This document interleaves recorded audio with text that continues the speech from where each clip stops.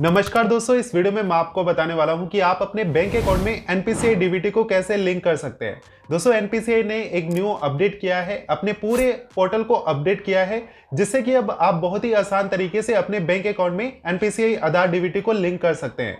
अब आपको अपनी बैंक ब्रांच जाने की भी जरूरत नहीं पड़ेगी। आप घर बैठे ही ऑनलाइन अपने मोबाइल फोन से अपने बैंक अकाउंट में एनपीसीआई आधार डीबीटी को लिंक कर सकते हैं। इस वीडियो में मैं आपको complete process step by step बताने वाला हूं कि कैसे आपको अपने बैंक अकाउंट में एनपीसीआई डीबीटी को लिंक करना है। तो जानने के लिए वीडियो को लास्ट तक जरूर देखिएगा। चलिए वीडियो को शुरू करते हैं। दोस्तों, सबसे पहले आपको अपने मोबाइल में या फिर लैपटॉप में क्रोम ब्राउजर को ओपन करना है।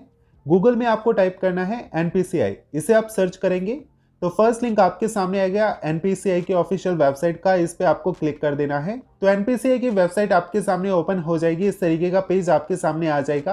आपको यहाँ पे नीचे स्क्रॉल डाउन करना है और यहाँ पे आपको कंज्यूमर का ऑप्शन मिलेगा, इस पे आपको क्लिक करना है और आपके सामने नीचे बहुत सारे ऑप्शंस आ जाएंगे। कंज्यूमर में यहाँ पे आपको एक ऑप्शन देखने को मिलेगा, भारत आधार सीडिंग इनेबलर। सिंपल आपको इस पे क्लिक करना है तो आप यहाँ से रिडायरेक्ट हो जाएंगे यहाँ पे आधार सीडिंग पेज पे।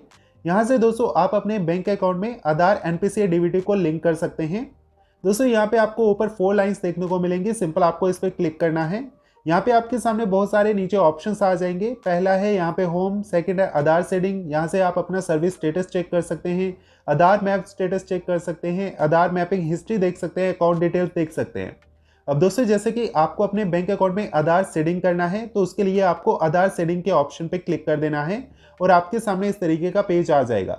अब दोस्तों, यहाँ पे आपके सामने सेशन एक्सपायर्स टाइमर जो है वो चल रहा है। इस टाइमर के अंदर ही आपको अपनी डिटेल्स फिल करनी है और आगे प्रोसेस करना है, जो कि मैं आपको स्टेप बाय स्टेप बताने वाला हूँ। तो दोस्तों, सबसे पहले यहाँ पे आपको एंटर यूर आधार का ऑप्शन मिलेगा। तो सबसे पहले आपको अपना 12 डिजिट का आधार नंबर एंटर कर देना है। उसके बाद नीचे आपको रिक्वेस्ट फॉर आधार का ऑप्शन मिलेगा। अब आप अपने बैंक अकाउंट में अपने आधार को सीड करना चाहते हैं तो उसके लिए आपको सीडिंग को सेलेक्ट कर लेना है। अब दोस्तों, नीचे आपको डी सीडिंग का ऑप्शन मिलता है। अगर आप अपने बैंक अकाउंट से आधार सीडिंग को हटाना चाहते हैं तो उसके लिए आप डी सीडिंग को सेलेक्ट कर सकते हैं। लेकिन दोस्तों, अभी मैं आपको बताने वाला हूं कि अपने बैंक अकाउंट में आधार एनपीसीआई को डीबीटी को कैसे लिंक करना है।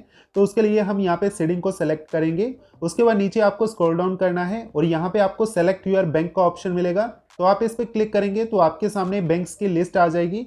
अब दोस्तों, जिस भी बैंक में आपका अकाउंट है उस बैंक को आपको यहाँ पे सेलेक्ट कर लेना है। यहाँ पे आपको बहुत सारे बैंक्स की लिस्ट देखने को मिल जाती है। तो यहाँ पे आपको अपने बैंक को फाइंड कर लेना है और जो भी आपका बैंक है उसे आपको सेलेक्ट कर लेना है। जैसे कि हमने यूनियन बैंक ऑफ इंडिया को सेलेक्ट कर लिया है।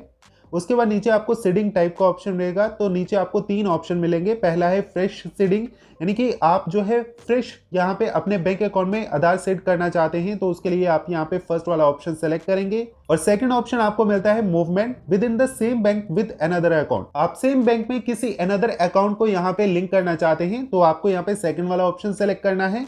और दोस्तों, अगर आपका पहले कोई और बैंक अकाउंट लिंक था और अब यहाँ पे आप कोई और बैंक अकाउंट लिंक करना चाहते हैं तो उसके लिए आपको थर्ड वाला ऑप्शन सेलेक्ट करना है, जो कि है movement from one bank to other bank. मान लीजिए कि पहले आपका एसबीआई बैंक अकाउंट लिंक था, लेकिन अब आप union bank of India, bank of Baroda, कोई और बैंक यहाँ पे लिंक करना चाहते हैं तो आपको थर्ड वाला ऑप्शन सेलेक्ट करना है।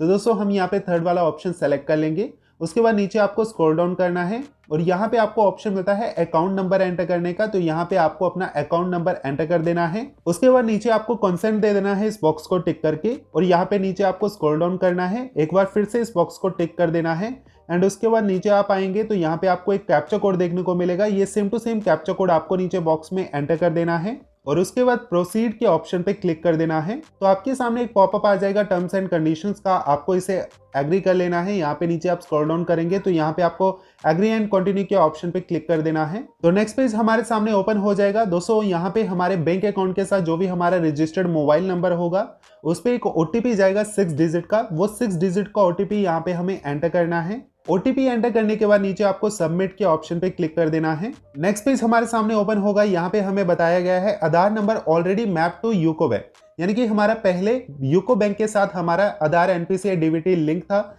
लेकिन अब हम यहाँ पे उसे चेंज कर रहे हैं यूनियन बैंक ऑफ इंडिया के साथ। यानी कि यूनियन बैंक ऑफ इंडिया को अब हम लिंक करना चाहते हैं आधार एनपीसीआई डीबीटी के साथ। तो सिंपल जो है हमें यहाँ पे नीचे ओके के ऑप्शन पे क्लिक कर देना है।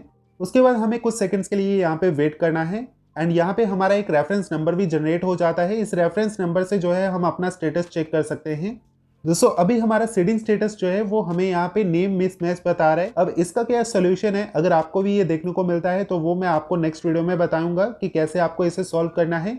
लेकिन अगर आपको ये प्रॉब्लम देखने को नहीं मिलती है तो दोस्तों यहाँ पे जो है आपका प्रोसेस कंप्लीट हो जाएगा। उसके बाद आप 3 लाइंस के ऑप्शन पे क्लिक करके सर्विस स्टेटस के ऑप्शन पे क्लिक करना है और आपके सामने ये सर्विस स्टेटस चेक करने का पेज जो है वो आ जाएगा। अब आपको सिंपल अपना सिलेक्ट सीड आईडी को सिलेक्ट करना है, जैसे कि हमने सीडिंग को सिलेक्ट किया था। उसके बाद रिक्वेस्ट इनिशिएट डेट को यहाँ पे आपको सिलेक्ट कर लेना है कि किस डेट को जो है आपने यहाँ पे एनपीसीए या डीबीटी लिंक करने के लिए अप्लाई किया था। सिंपल आपको डेट को सिलेक्ट कर लेना है। उसके बाद नीचे आपको सीडिंग टाइप को सिलेक्ट कर लेना है। उसके बाद सेलेक्ट सर्विस को आपको सिलेक्ट कर लेना है, आधार सीडिंग स्टेटस को। एंड उसके बाद जो भी आपको रेफरेंस नंबर मिला था वो रेफरेंस नंबर आप यहाँ पे एंटर कर देंगे। एंड उसके बाद नीचे आपको कैप्चा कोड एंटर कर देना है और चेक स्टेटस के ऑप्शन पे क्लिक करके आप अपना स्टेटस चेक कर सकते हैं। दोस्तों अब आप इस तरीके से अपने बैंक अकाउंट में एनपीसीए डीबीटी को लिंक कर सकते हैं। आई होप कि कंप्लीट प्रोसेस आपको समझ में आया होगा। अगर आपका कोई भी क्वेश्चन हो तो आप नीचे कमेंट बॉक्स में कमेंट जरूर कीजिएगा, मैं आपका रिप्लाई जरूर करूंगा। दोस्तों वीडियो अच्छी लगी हो तो इस वीडियो को जरूर से एक लाइक और चैनल को सब्सक्राइब कर दीजिएगा और साथ में नोटिफिकेशन बेल को प्रेस कर दीजिएगा ताकि आगे भी आपको हमारे वीडियोस की नोटिफिकेशन मिलते रहे। चलिए मिलते हैं नेक्स्ट वीडियो में, तब तक के लिए बाय।